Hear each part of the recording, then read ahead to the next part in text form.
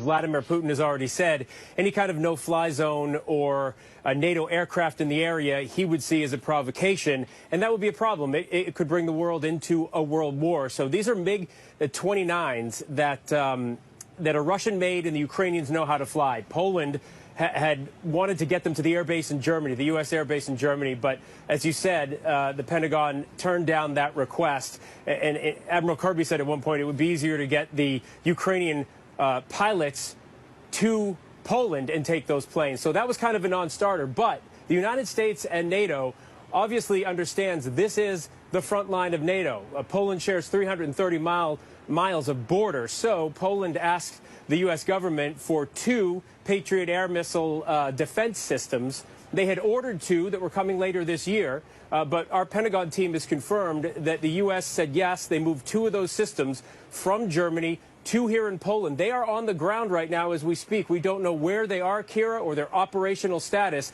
but they are defense systems meant to shoot down any kind of incoming threat. They are not meant to go on the offensive. So with that said, Phil, is there growing concern there in Poland that it may get tangled up in this war?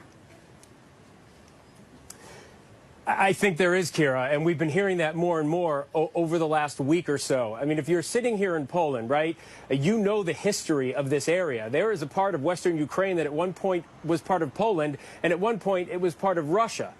So knowing that history in this area and knowing Vladimir Putin's intentions, everybody here believes that he's trying to build back the old USSR. And if you're standing here in Poland, what you're looking at is Russian troops making their way across Ukraine toward your border. So